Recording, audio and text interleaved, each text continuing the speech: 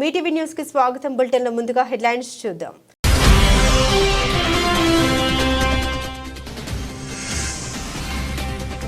Pacific ద్వీప దేశాన్ని కుదిపేసిన భారీ భూకంపం. నెట్టింట వైరల్ అవుతున్న వీడియోలు.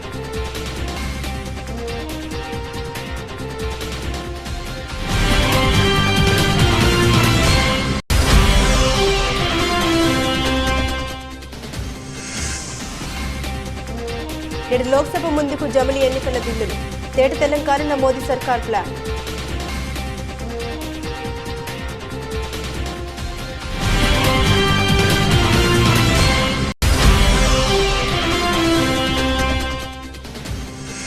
ఏడాది పాలనలో కాంగ్రెస్ ప్రభుత్వం చేసిన అప్పు 1,27,208 కోట్లు. అసెంబ్లీలో వెల్లడించిన మాజీ మంత్రి హరీష్ రావు.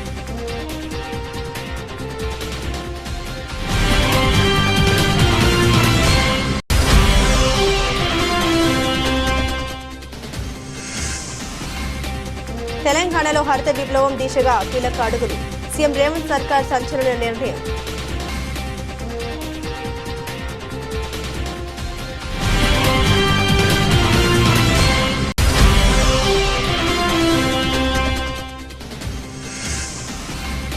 పోలవరం ప్రాజెక్టు ట్రెండ్ మార్చేసిన ముఖ్యమంత్రి చంద్రబాబు నాయుడు. 2026కే టార్గెట్ సెట్ చేసిన AP CM.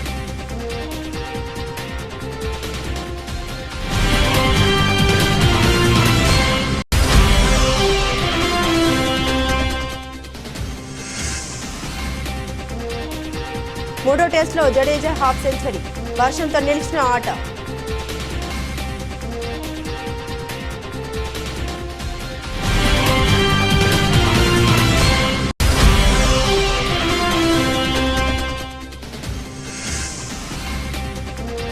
Mahesh Rajamouli cinema జనవరిలో షూరు. సంక్రాంతి తర్వాత రెగ్యులర్ షూట్ ప్లాన్ చేసిన జక్కన్న.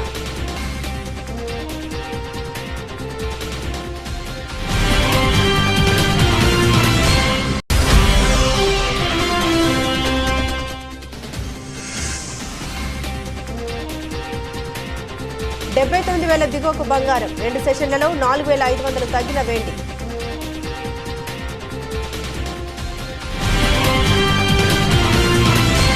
దక్షిణ పసిఫిక్ మహాసముద్రంలోని వనౌటు తీరంలో మంగళవారం భారీ భూకంపం సంభవించింది. యుఎస్జిఎస్ తెలిపిన వివరాల ప్రకారం భూకంప తీవ్రత 7.3గా నమోదైంది. భూకంపం 57 కిలోమీటర్ల లోతులో సంభవించింది. ద్వీప దేశంలో అతిపెద్ద నగరమైన పోర్టు విలాకు పశ్చిమాన 30 కిలోమీటర్లు కేంద్రీకృతమైంది. అదే ప్రదేశానికి సమీపంలో 5.5 తీవ్రతతో భూకంపం సంభవించింది. మరోవైపు భారీ భూకంపం కారణంగా స్థానికంగా సునామీ హెచ్చరికలు జారీ చేశారు. భూకంపం సంభవించిన ప్రాంతంలో ప్రాథమిక సమాచారం మేరకు భారీ నష్టం జరిగినట్లు తెలుస్తోంది. భూకంపం కారణంగా పలు ప్రాంతాల్లో భవనాలు ధ్వంసమయ్యాయి. ఇందుకు సంబంధించిన వీడియోలు సోషల్ మీడియాలో వైరల్ అవుతున్నాయి. ఈ వీడియోల దృశ్యాల ప్రకారం భారీగానే నష్టం వాటిల్లినట్టు తెలుస్తోంది. భారీ అలలు పోర్టు విలాకు చేరుకున్నాయి. వనౌట్లో కొండ చర్యలు విరిగిపడ్డట్లు తెలుస్తోంది. ఇందుకు సంబంధించిన ఫోటోలు సైతం సోషల్ మీడియాలో వైరల్ అయ్యాయి. భూకంపం తీవ్రత ఎక్కువగా ఉండడంతో కొన్ని సెకండ్ల పాటు భూమి కంపించినట్లు వీడియోలు చూడొచ్చు. ఈ క్రమంలో స్థానిక ప్రజలు ఇళ్ల నుండి బయటకు పరుగులు పెట్టారు.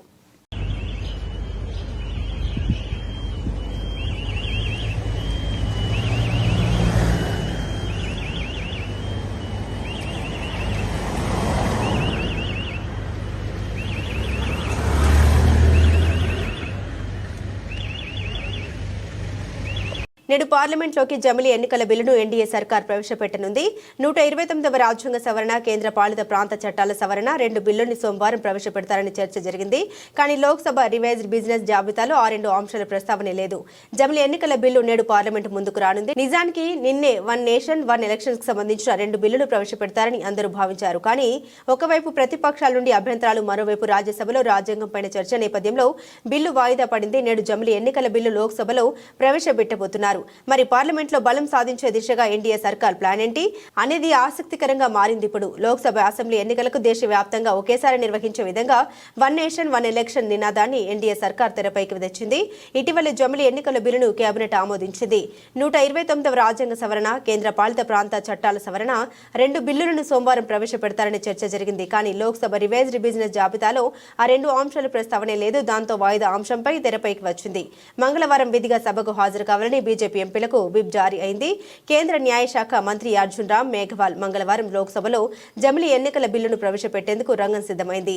జమిలీ ఎన్నికలకు సంబంధించి రాజ్యాంగ సవరణతో కూడిన బిల్లును పార్లమెంటు ఉభయ సభలు కనీసం 67% సానుకూల ఓట్లతో ఆమోదించాల్సి ఉంటుంది. అంతేకాకుండా ఎన్నికల అంశం ఉమ్మడి జాబితాలో ఉన్న నేపథ్యంలో ఈ బిల్లుకు దేశంలోని కనీసం సగం రాష్ట్రాల అసెంబ్లీలు ఆమోద ముద్ర వేయాలి. అంటే 543 స్థానాలున్న లోక్సభలో కనీసం 67% అంటే 362 ఎంపీలు ఈ బిల్లుకు అనుకూలంగా ఓటు వేయాలి. దీంతో పాటు రాజ్యసభలో 245 సీట్లలో 67% అంటే 164 మంది సభ్యులు ఈ బిల్లును సమర్థించాలి. దీనికి తోడు కనీసం 14 రాష్ట్రాల అసెంబ్లీలు బిల్లును ఆమోదించాల్సిన అవసరం ఉంది. అయితే లోక్సభలో ఎన్డీఏకు 293 మంది ఎంపీల మద్దతు ఉంటే ఇండియా కూటమికి 235 మంది ఎంపీలున్నారు. అయినా సరే బిల్లు పాస్ అవుతుందనే ధీమాతో ఎన్డీఏ సర్కార్ ఉంది. అన్ని అనుకున్నట్లుగా జరిగితే పార్లమెంట్లో బిల్లు ఆమోదం పొందితే 2029 నుండి జమిలీ ఎన్నికలు జరుగుతాయని నిపుణులు చెబుతున్నారు.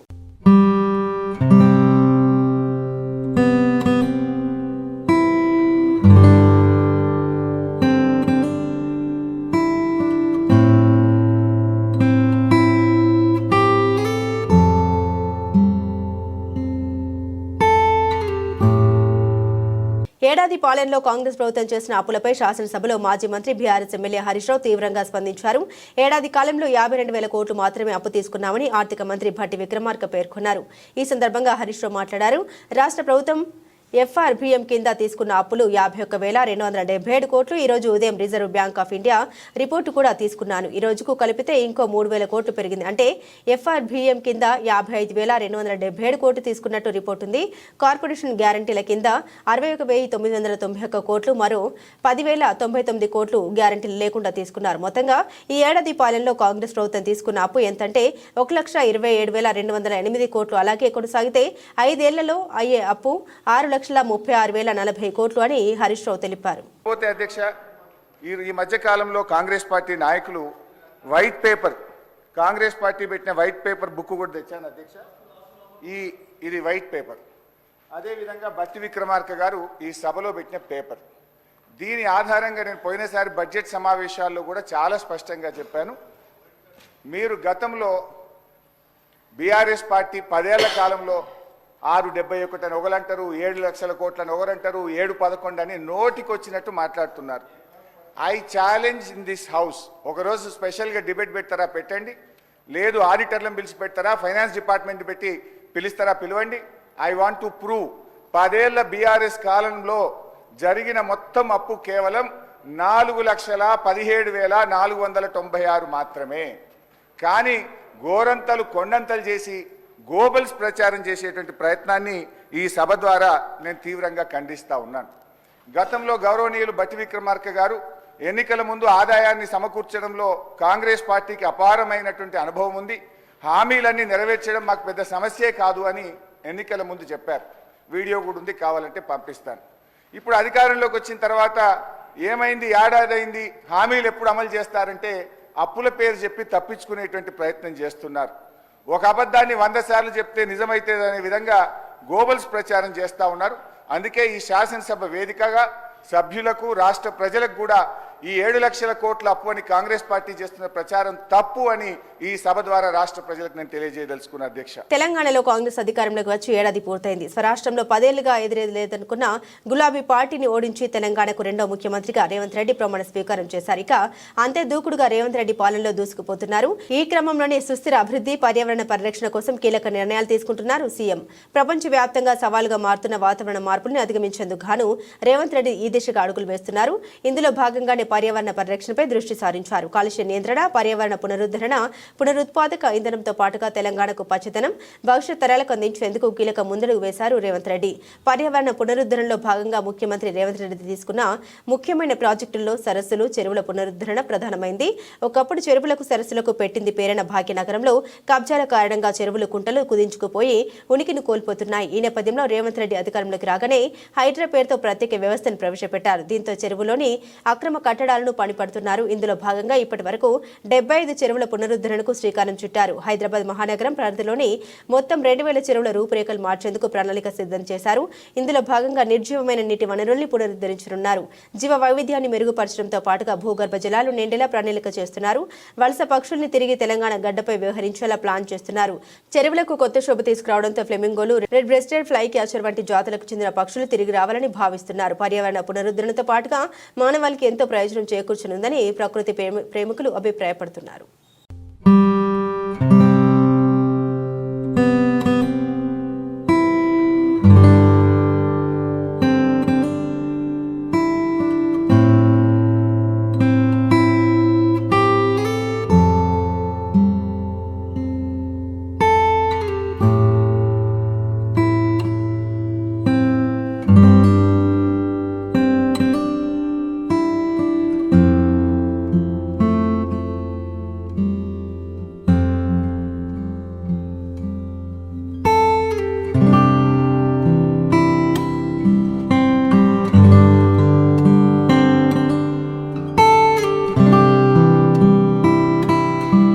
కూటమి ప్రభుత్వం అధికారంలోకి వచ్చిన తర్వాత పోలవరం పనుల్లో వేగం పెంచింది. నిర్దిష్ట కాల పరిమితితో ప్రణాళిక రూపొందించి పూర్తి చేయాలన్న లక్ష్యంతో ముందుకెళ్తుంది.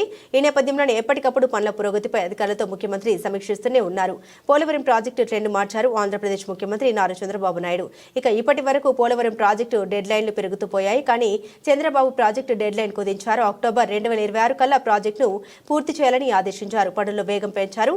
టార్గెట్ 2026 పోలవరం ప్రాజెక్టు గడువు కుదింపు, బుల్లెట్ స్పీడ్తో ప్రాజెక్టు పూర్తి చేయాలని సీఎం చంద్రబాబు కీలక ఆదేశాలు జారీ చేశారు. పోలవరం ప్రాజెక్టు ఏపీకి జీవనాడి అన్నారు చంద్రబాబు.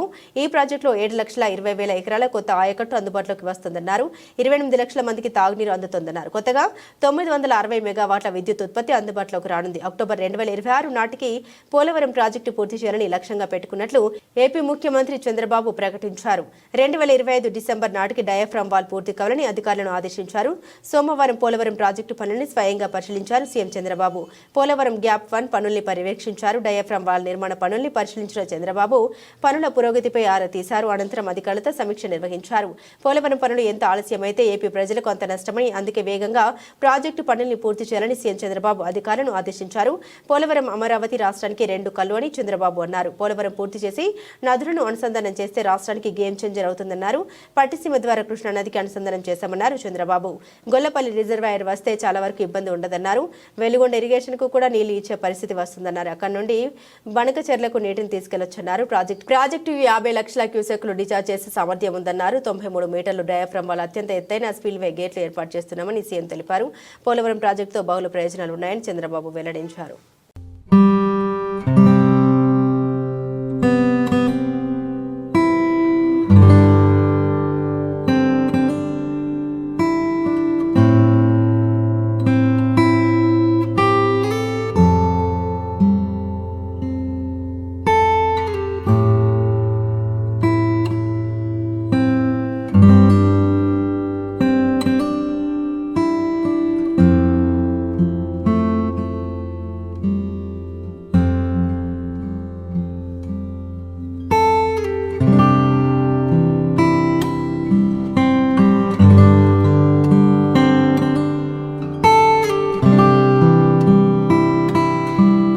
కర్ణాటక నుండి అక్రమంగా కారులో తరలిస్తున్న 90 ml 20 బాక్సుల పెట్రా ప్యాకెట్లను పట్టుకున్నట్లు ఎక్సైజ్ సిఐఎస్ మహేష్ కుమార్ తెలిపారు. స్థానిక ఎక్సైజ్ శాఖ కార్యాలయంలో శనివారం సాయంత్రం ఏర్పాటు చేసిన విలేకరుల సమావేశంలో ఆయన వివరాలు వెల్లడించారు. రాబడిన సమాచారం మేరకు deputy commissioner Nagamaddayya, assistant commissioner Muniswamy, incharge excise superintendent Revathi ఆదేశాలతో శనివారం తెల్లవారుజామున మొలకాలమూరు చెక్పోస్ట్ వద్ద దాడులు నిర్వహించినట్లు ఆయన తెలిపారు. ఈ క్రమంలోనే ఓ ఎరుపు రంగు కారు అటుగా వస్తున్న మమ్మల్ని చూసి కారులో ఉన్న వ్యక్తులు పరుగులు తీశారు. మా సిబ్బంది వెంబడించి 3 వ్యక్తులు పట్టుకుని కారు స్వాధీనం చేసుకున్నట్లు తెలిపారు. ఇందులో పైతోటకు చెందిన నాయకులు హనుమంతు, వేపరాల గ్రామానికి చెందిన బోయలింగప్ప, రేకులకుంట గ్రామానికి చెందిన వరిప్రసాదులుగా గుర్తించామన్నారు. పై 3 ఇదివరలోనే అక్రమ కర్ణాటక మద్య రవాణాలో ముద్దాయిలుగా ఉన్నారని వెల్లడించారు. దాడులు నిర్వహించడమైంది. అక్కడ ఉన్న అనుమానాస్పదంగా వచ్చేటువంటి వెహికల్స్ను వాహనాలను తనిఖీ చేస్తా అంటే ఒక ఎరుపు రంగు కారు డిటెక్ట్ చేయడం జరిగింది. వాళ్ళు మమ్మల్ని చూసి వాహన తనిఖీలు గమనించి పారిపోతూ ఉంటే వాళ్ళు పట్టుకొని నిలుపుదల చేసి వాహనాన్ని తనిఖీ చేస్తే అందులో 20 బాక్సుల కర్ణాటక మద్యం ఉంది. సో ఆ 20 బాక్సుల కర్ణాటక మద్యము ఆ ముద్దాయిల్ని విచారణ చేస్తే దాంట్లో మొదటి వ్యక్తి నాయకుల హనుమంతు. సో ఇతను పైతోట గ్రామానికి చెందినటువంటి వ్యక్తి. గత కొద్ది కాలంగా రాయదుర్గం పరిసర ప్రాంతాలకు కర్ణాటక మద్యాన్ని అక్రమంగా సరఫరా చేస్తున్నాడు. అదేవిధంగా ఇంకో వ్యక్తి బోయ లింగప్ప అనే వ్యక్తి వేపరాల గ్రామానికి చెందినటువంటి వ్యక్తి, రాయదుర్గం మండలంలోని ఇది. అతను కూడా తన గ్రామంలో ఈ కర్ణాటక మద్యాన్ని కొనుగోలు చేసి తక్కువ ధరలకు ఎక్కువ మొత్తంలో అమ్మి లాభాలు గడిస్తున్నారు. ఇక మూడో వ్యక్తి వరప్రసాద్. ఈ బోయ లింగప్ప, వరప్రసాద్ అనే వీళ్ళ మీద పాత ఎక్సైజ్ కేసులు ఉన్నాయి. వరప్రసాద్ రేకులకుంట. ఇతడు ఇంతకుముందు కూడా ఒక కారు కేసులో పట్టుబడినాడు. వీళ్ళందరూ కూడా ఒక ముఠాగా ఏర్పడి కర్ణాటక రాష్ట్రం హనగల్లులోని బార్కు దగ్గర తక్కువ రేటుకు లిక్కర్ కొని అన్ని ప్రాంతాలకు సరఫరా చేస్తూ ఉన్నారు. సో విత్ ఎవిడెన్స్ వీళ్ళందరినీ కూడా అదుపులోకి తీసుకొని వీళ్ళ మీద కేసు నమోదు చేసి రిమాండ్కి అనేది పంపడం జరుగుతుంది. అదేవిధంగా డిప్యూటీ కమిషనర్ శ్రీ నాగమదయ్య గారు, అసిస్టెంట్ కమిషనర్ శ్రీ మునిస్వామి గారు, incharge excise superintendent Revathi madam గారు వీళ్ళ ఆదేశాల మేరకు ఈ దాడులు నిర్వహించడం అయింది. వీళ్ళందరూ కూడా తక్కువ కాలంలో ఎక్కువ లాభాలు పొందాలని చెప్పేసి దురాశకు గురై ఈ రకమైనటువంటి కార్యక్రమాలు చేసి వాళ్ళ జీవితాలు నాశనం చేసుకుంటున్నారు. So Rayadurgam prohibition excise station పరిధిలో నేను ప్రజలకు ఇచ్చే సూచన ఏమంటే, ఎక్కడైనా కూడా ఇలాంటి అక్రమ మద్యం రవాణా నోటీస్ చేస్తే ప్రొహిబిషన్ ఎక్సైజ్ స్టేషన్ రాయదుర్గం వారికి తెలియజేస్తే దాని మీద తగు చర్యలు అనేవి తీసుకోబడతాయి. అదేవిధంగా రాయదుర్గం ప్రొహిబిషన్ ఎక్సైజ్ స్టేషన్ పరిధిలో ఉన్నటువంటి పాత ముద్దాయిలందరికీ తెలియజేయడం ఏమంటే, ప్రభుత్వం వారు ఈ కర్ణాటక అక్రమ మద్యం రవాణా మీద చాలా కఠినంగా వ్యవహరిస్తూ ఉంది. అదేవిధంగా ఈ రకమైనటువంటి రవాణాలో పాలు పంచుకొని తమ విలువైన జీవితాలను నాశనం చేసుకుంటున్నారు. సో వీరందరికీ ఇది హెచ్చరిక అయినా అనుకోండి, లేకపోతే విజ్ఞప్తి అయినా అనుకోండి, దయచేసి కర్ణాటక అక్రమ మద్యం రవాణాలో పాల్గొనొద్దు, మీ విలువైన జీవితాలు నాశనం చేసుకోవద్దు. సో ఈ పట్టుబడిన దీంట్లో ఒక కారు కూడా సీజ్ చేయడం జరిగింది. హ్యుండాయ్ వెర్నా కంపెనీకి చెందినటువంటి ఒక కారు, 20 బాక్సుల కర్ణాటక లిక్కరు. సో కారు విలువ దాదాపు 3 లక్షల రూపాయల పైన ఉంటుంది. పట్టుబడిన మద్యం విలువ దాదాపు 1 లక్ష రూపాయలు ఉంటుంది. సో మొత్తం 4 లక్షల రూపాయల విలువైనటువంటి కారు కర్ణాటక అక్రమ మద్యము స్వాధీనం చేసుకోవడం అయింది. సో నేను Mahesh Kumar, prohibition and excise inspector, Rayadurgam. Anantapuram జిల్లా రాయదుర్గం పట్టణంలో ప్రసిద్ధి చెందిన శ్రీ షిరిడి సాయిబాబా ఆలయంలో ఆదివారం త్రిమూర్తి స్వరూపమైన శ్రీ దత్తాత్రేయ స్వామి జయంతి వేడుకలు భక్తజన సందోహ నడుమ వైభవంగా జరిగాయి. దత్త జయంతి మహోత్సవాల సందర్భంగా ఆలయంలో సుప్రభాత సేవ, పవిత్ర జలాలతో గంగ పూజ, కాగడ హారతి, పంచామృత అభిషేకం, మహామంగళ హారతి వంటి పూజలు నిర్వహించారు. అనంతరం శ్రీ మహాగణపతి, ఆదిత్యాది నవగ్రహ సహిత శ్రీ సాయి దత్త మూల మంత్ర హోమములు, మహామంగళ హారతి వంటి విశేష పూజలు నిర్వహించారు. ఈ సందర్భంగా ఆలయంలో పాలక మండలి సభ్యులు భక్తులకు తీర్థ ప్రసాదాలు, అన్న సంతర్పణ కార్యక్రమాలు చేపట్టారు. మహిళలు, భక్తులు పెద్ద సంఖ్యలో స్వామివారి ఉత్సవ వేడుకల్లో పాల్గొన్నారు.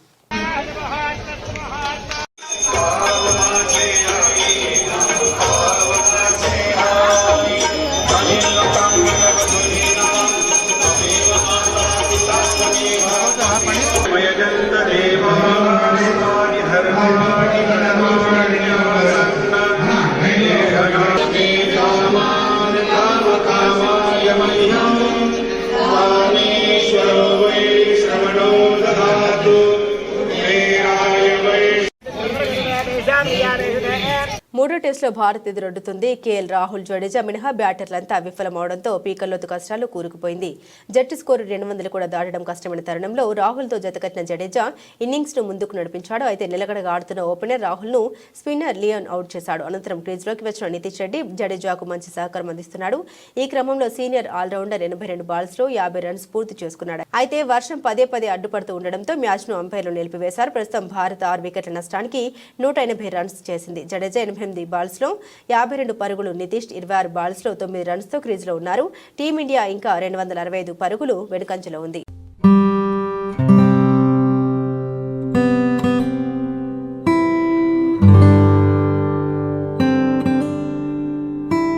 మహేష్ బాబు రాజమౌళి సినిమా అప్డేట్ కోసం దేశవ్యాప్తంగా ఉన్న సినీ అభిమానులంతా ఆతృతతో ఎదురు చూస్తున్నారు. ఈ సినిమా షూటింగ్ ఎప్పుడు మొదలవుతుంది అనే విషయంపై ఇప్పటి వరకు రకరకాల వార్తలు వచ్చాయి. అయితే వాటిలో నిజాలు వెతుకోవాల్సిన పరిస్థితి. తాజాగా ఈ సినిమా షూటింగ్ ప్రారంభానికి సంబంధించి విశ్వసనీయ సమాచారం అందింది. సంక్రాంతి తర్వాత ఈ సినిమా షూటింగ్ కు రాజమౌళి కొబ్బరికాయ కొట్టనున్నారు. ఇందుకు సంబంధించిన ఏర్పాట్లన్నీ కూడా పూర్తయ్యాయని తెలిపింది. హైదరాబాద్ రామోజీ ఫిల్మ్ సిటీతో పాటుగా నగర శివార్లలో కొన్ని భారీ సెట్లను కూడా రూపొందించారు. తొలి షెడ్యూల్ వాటిలోనే జరుగుతుందట. సంక్రాంతి తర్వాత షూటింగ్ మొదలుపెట్టి ఏప్రిల్ వరకు చిత్రీకరణ జరుపుతారని సమాచారం. తర్వాతి షెడ్యూల్ విదేశాల్లో ఉంటుందట. ఈ సినిమా అధికారిక ప్రకటనకు సంబంధించిన గ్లిమ్స్ ఇప్పటికే సిద్ధమైంది. త్వరలో ఇతర నటీనటులను కూడా పరిచయం చేసే అవకాశం ఉందని చిత్ర బృందం చెబుతుంది. ఆనవాయితీ ప్రకారం త్వరలోనే ఓ ప్రెస్ మీట్ ని కూడా రాజమౌళి పెట్టనున్నారట. 1000 కోట్ల బడ్జెట్ తో 2 భాగాలుగా ఈ సినిమాని నిర్మాత కేఎల్ నారాయణ నిర్మిస్తున్నారు. వరుసగా రెండో సెషన్లో బంగారం ధరలు తగ్గుముఖం పట్టాయి. దేశ రాజధాని ఢిల్లీలో సోమవారం తులం బంగారం ధర 1150 క్షీణించి 78,350 రూపాయలకు చేరుకుంది. శుక్రవారం 99.9% స్వచ్ఛత గల బంగారం తులం ధర 79,500 వద్ద ముగిసింది. 99.5% స్వచ్ఛత గల బంగారం తులం ధర 1,150 నష్టంతో 77,950 వద్ద ముగిసింది. గత 2 సెషన్లలో కిలో వెండి ధర 4,500 రూపాయలు తగ్గితే తాజాగా సోమవారం 300 పతనమై 92,500కు చేరుకుంది. శుక్రవారం కిలో వెండి ధర 92,800 వద్ద స్థిరపడింది. మార్కెట్లో అనిశ్చితికి తోడు అమెరికా అధ్యక్షుడిగా డొనాల్డ్ ట్రంప్ ఎన్నికైనప్పటి నుండి బంగారం ధరలు దిగి వస్తున్నాయి. మల్టీ కమోడిటీ ఎక్స్చేంజ్ MCXలో ఫిబ్రవరి డెలివరీ తులం బంగారం 143 పతనమై 77,279 రూపాయలకు చేరుకుంది. ఇంట్రాడే ట్రేడింగ్లో తులం బంగారం ధర 76,904, 77,295 మధ్య తచ్చాడింది. కిలో వెండి మార్చి డెలివరీ ధర 319 పెరిగి 91,320 వద్ద నిలిచింది. ఇక అంతర్జాతీయ మార్కెట్లో కామెక్స్ గోల్డ్ ఫ్యూచర్లో ఔన్స్ బంగారం ధర $2.70 వృద్ధి చెంది $2,678.50 పలికింది. కామెక్స్ సిల్వర్ ఫ్యూచర్లో ఔన్స్ వెండి ధర $31.11 వద్ద స్థిరపడింది.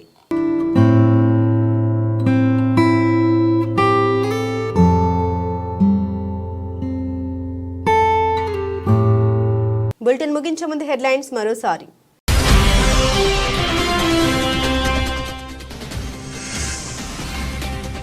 పసిఫిక్ ద్వీప దేశాన్ని కుదిపేసిన భారీ భూకంపం. నెట్టింట వైరల్ అవుతున్న వీడియోలు.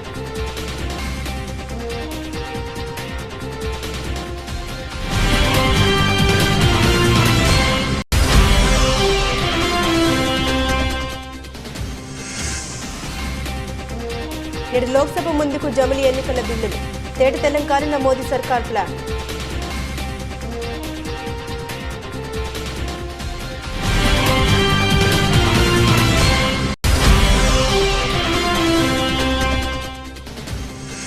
ఏడాది పాలనలో కాంగ్రెస్ ప్రభుత్వం చేసిన అప్పు 1,27,208 కోట్లు. అసెంబ్లీలో వెల్లడించిన మాజీ మంత్రి హరీష్ రావు.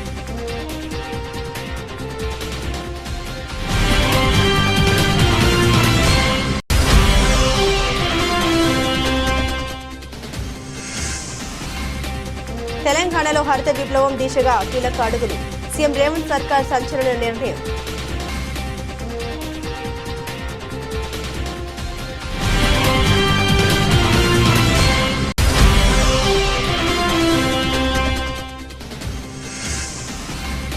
పోలవరం ప్రాజెక్టు ట్రెండ్ మార్చేసిన ముఖ్యమంత్రి చంద్రబాబు నాయుడు. 2026కే టార్గెట్ సెట్ చేసిన AP CM.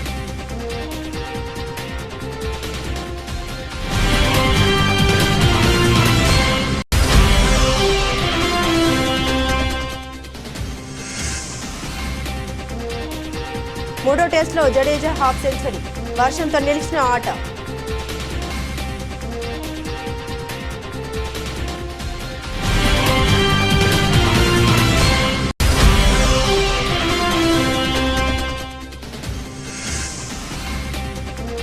Mahesh Rajamouli cinema జనవరిలో షూరు. సంక్రాంతి తర్వాత రెగ్యులర్ షూట్ ప్లాన్ చేసిన జక్కన్న.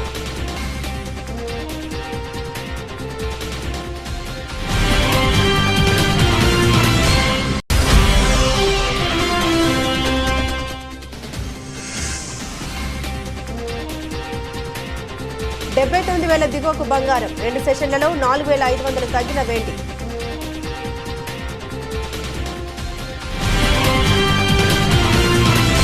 ఇవి బులెటిన్లోని విశేషాలు. తిరిగి మరో బులెటిన్తో మళ్ళీ కలుసుకుందాం. అంతవరకు సెలవు. నమస్కారం.